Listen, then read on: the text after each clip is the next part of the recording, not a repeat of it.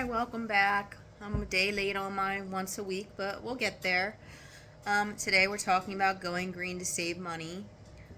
First, we're going to start with the kitchen. Most of our kitchen, we do use reusable products. I do for stuff that I'm going to keep for a little bit longer, or my kids' snacks because they just don't bring back the bags half the time. Use plastic bags. I try to use the sandwich bags and the snack bags here and there. Um, they've been getting better, but we do sometimes, because I don't have quite enough till wash day, use some plastic here and there. But speaking of this video, maybe I will get some more. Anyway, so first off, we're going to start with the reusable sandwich bags. I do like the cloth ones for sandwiches. I will note they do let air in, so pretty much we're making the sandwich that day and eating it. If I want to do a couple days in a row just to have it be easier, that's when I usually switch over to the plastic bags. And then these ones are more for leftovers. They're zip top. They're okay, this particular brand, except for that it does tell you to keep them upright. So if I'm doing solid food, I don't, but they're not my favorite for that reason, but they do work. Otherwise, I stick with just regular old, plain, boring plastic containers or glass. At this point in my life, we're pretty much plastic. I know it's not the most eco-friendly, but we are just klutzy people, and my children tend to leave things around, and we don't just have the storage space. The plastic just stacks better for us in our current situation. But even if you are using plastic, if you're reusing it frequently, over time you are saving money versus just wrapping everything in plastic wrap. And you can recycle the plastic pieces when you do lose pieces, because inevitably that happens. The other thing is I do not use sponges. A, I think they're nasty. B, it's just a waste of money in my opinion. I have these little Skoy scrubbers. I stick them in the dishwasher. I usually keep one in the dishwasher, one in on the dish drying rack that I use when I'm actively cleaning, and I just switch them out every time I do the dishes. And we've been fine with the first little 8-pack, but I probably will buy more eventually since I like them so much. We also try not to use paper towels. We use these little flannel wipes. I'm trying to get away from microfiber, but I still have some old stuff left. Just because they say that the microplastics are going into the water and causing all kinds of pollution problems. These I did buy on Amazon. They're supposed to be able to roll on a paper towel roll. I can't get them to stay on for my life. So we actually do, I will show you really quick, these little wet bags that hang on the stove. We got our clean. We have our used. And that seems to work for us because I don't like reusable cloths because I think that's nasty and dirty.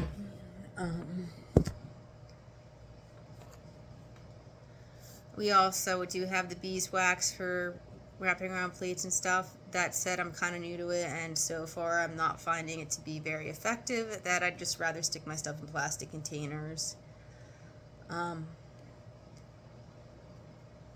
That said, maybe it'll get better because I do notice it's getting more sticky as I use it, as I wash it, but we'll see how I feel about that.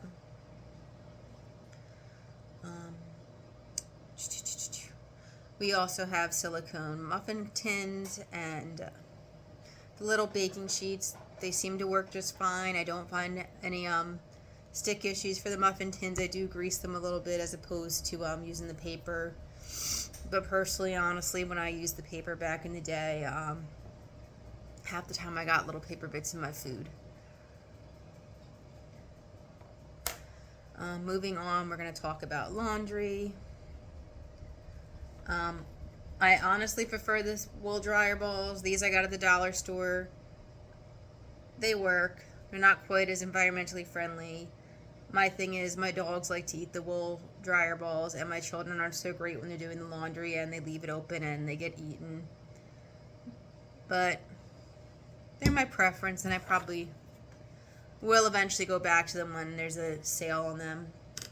They do last for, if the dogs don't eat them, for years before they kind of get a little smushed in.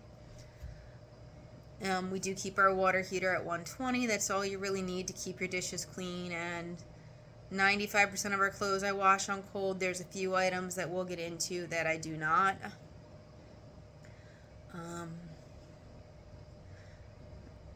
So we talk about washing on cold. Next would be, we do have a drying line outside. I live in Pennsylvania. I do not use it during the winter because A, I don't like cold. B, it just takes too long in my opinion. But in the summer, most are closed. By the time one load's done, I've got it on the line. And the next load's in washing. They're pretty much dry except for maybe some jeans that have to stay out for an extra hour. But it really doesn't take significantly longer to dry in the summer. And even if it does, I don't need my clothes that exact moment. I just let it dry. And it does keep them lasting longer. I have noticed that.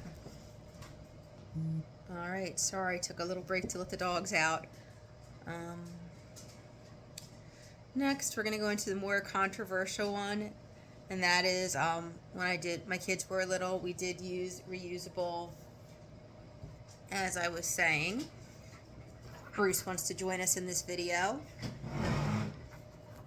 I know, you're very cute. When my kids were little, I did use reusable diapers and wipes. Honestly, I just had a little spray bottle with a little bit of a homemade wipe solution that I found on the internet. At this point, it's been many years. I can't tell you the exact one I use. But I just spray their bum, wipe it off, go about my day, stick it in the container and go and wash from there. If we're really interested, I can get into a whole wash routine about that. I personally, for my oldest, only did it once she hit the size where I could buy the one size. We used Kawaii Baby. I don't know if they still exist. There's a billion different brands out there. It can be as cheap as my daughter's 8 when she was little. I think it was 100, maybe 150. But still, over the cost of diapers, even if the price went up to double, you're going to spend way more than that on disposables. For my little one, I did have some newborns that I got used, and I just sanitized them. We have a steam sanitize cycle on our washing machine, but honestly, if you use hot water, you should be able to reach a temperature that's hot enough. You could even turn up your water heater or go to a laundromat where the temperatures are hotter if you really wanted to make sure it's really sanitary. I also do use and have used since I was 16 reusable menstrual products, even before it was a thing with the underwear and all. Personally, I didn't have a choice. It was an allergy thing. But either way, I had pads that have lasted me 15 years, slowly replace them over time. But if you buy and you take care of them well, they do last forever. I also I've tried the reusable menstrual cups. They personally weren't my thing. I like the reusable flexi disc type product. There is a site, Keep a Cup in it, that'll make recommendations for you. My recommendation, starting with the cloth pads, cloth underwear, buy 2 or 3, see what you like. You can also look at what size pads you're using and kind of measure them and get a length that's about right for you based on what you're currently using if you are trying to figure out what pads work for you. We also use reusable face cloths. I don't know why. I don't remember it being a thing when I was younger. Maybe I'm just old, but apparently now the trendy thing is because acne and the dirt from sitting on your cloth is to buy these disposable washcloths for washing your face. Honestly, if you want a new one every day, which we personally do, because my daughter has acne, it ain't that hard to buy a few more, and I just wash them after every use. It's still saving me money significantly. I personally will use the same one and let it dry in between for several days. But for her with the acne, we do use a new one every day. We also have the little tiny bamboo circular pads for adding toner on too. And those we just use as a one-time thing because they never seem to dry, and trying to put them on a drying rack, they just fall down. In the bathroom, we We use washcloths over the bath poofs. My husband likes the silicone little scrubbers. I personally just stick with regular old washcloths. And we have these like mesh wiry type ones for more exfoliation. Speaking of the bathroom, we do use LED bulbs. I didn't know that people don't use them, quite honestly. My only real complaint with them is sometimes, as of late, it's hard to find. Lighting fixtures don't have a built-in LED light that you can't replace anymore, which I don't like because I don't want to replace the whole thing for one thing being wrong. Nor do I want to hang a whole new freaking light.